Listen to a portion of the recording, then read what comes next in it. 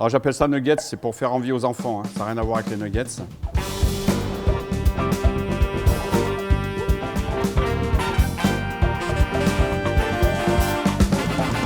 Bonjour les Garaniens. Alors aujourd'hui, une petite recette atypique avec des abats, la langue de veau en nuggets avec une petite sauce tomate basilic. Donc langue de veau, précaution, on l'a fait tremper toute une nuit dans du vinaigre. Ne me demandez pas pourquoi, j'en sais rien, humblement. Sont plein de recettes, des chefs le font.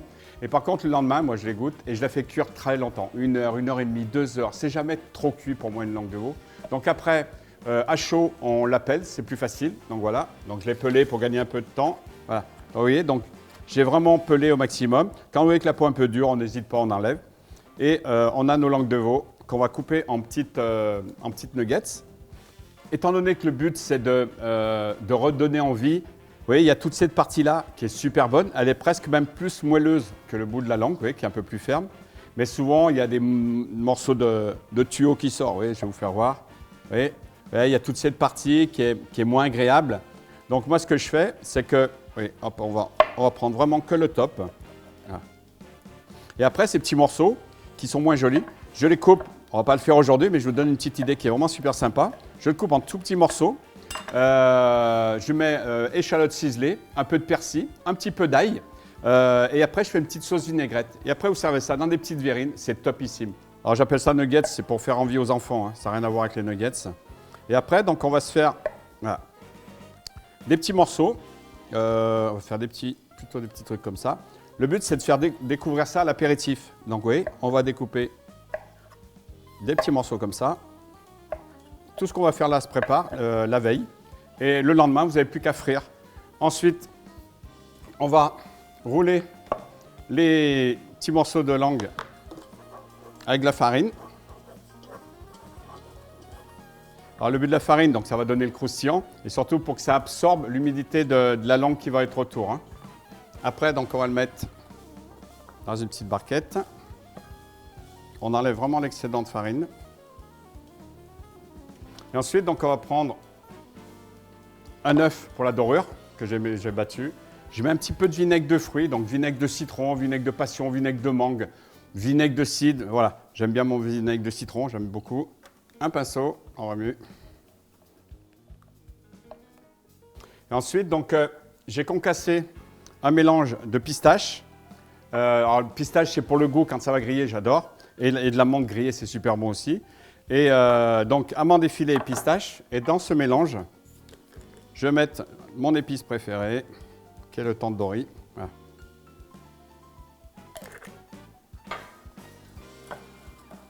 Donc là aussi, qui va apporter un petit peu du peps. Et surtout, le tandoori grillé va apporter une autre dimension au tandoori qu'on met dans les plats. Ensuite, souvent, on met dans le plat, on enlève et tout. Et je trouve que ça fait de gros paquets d'œufs qui vont tomber dedans, des gros Peugeot. Donc moi, je préfère, même si c'est un peu plus long, vous voyez, je badigeonne au pinceau. Voilà. Comme ça, on a le minimum d'œufs sur le produit. Et ça fait moins d'œufs qui vont tomber dans les fruits secs, quoi. Voilà. Donc après, on va faire frire ça dans une huile. Sinon, je pensais à la friture, qui est un peu désagréable. Si vous ne voulez pas sentir la friture, le produit sera un tout petit peu moins bon, mais sera quand même pas mal. C'est que vous faites votre friture donc, le matin tôt. Comme ça, ça vous donne l'occasion d'aérer la pièce et tout. Et une fois que c'est grillé, tout ça, mettez sur une plaque. Et au dernier moment, quand les invités sont là, vous faites juste réchauffer au four à 100, 110 degrés. Et comme ça, ça vous permettra de ne pas avoir la friture avec vos invités, quoi. Donc là, je vais remettre dans ma petite barquette.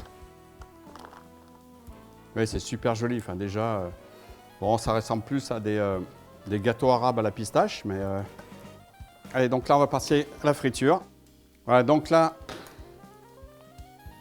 pour voir si l'huile est chaude, mettez le doigt dedans, mais c'est chaud.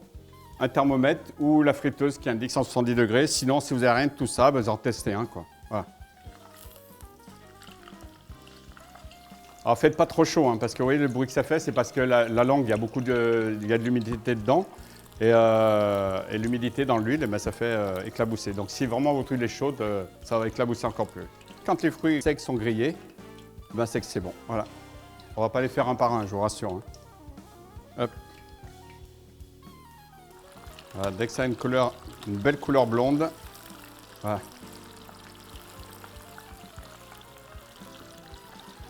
On va servir ça avec une petite sauce tomate pesto.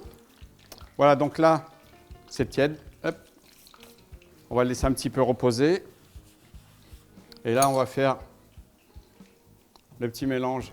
Donc, vous voyez, j'ai pris la purée de tomate. Ça, c'est mon pesto. Regardez comme il est joli. Voilà, bien vert. J'hésite pas à en mettre parce que j'ai envie que c'est du goût, vraiment le goût de pesto plus que de tomate. Vous voyez, donc il y a beaucoup de pesto. Voilà. Un petit peu de sel. Voilà. J'en profite, hop, pour saler les petits nuggets. Voilà.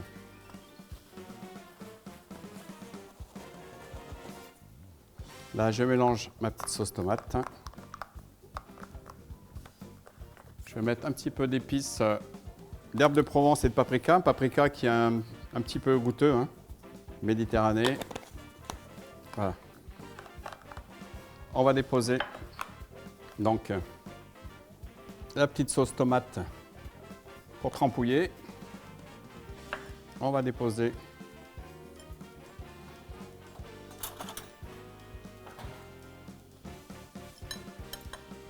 donc voilà, mes petits nuggets langue de veau, sauce tomate basilic, une tuerie, vous verrez. Bon appétit, fouille, à bientôt.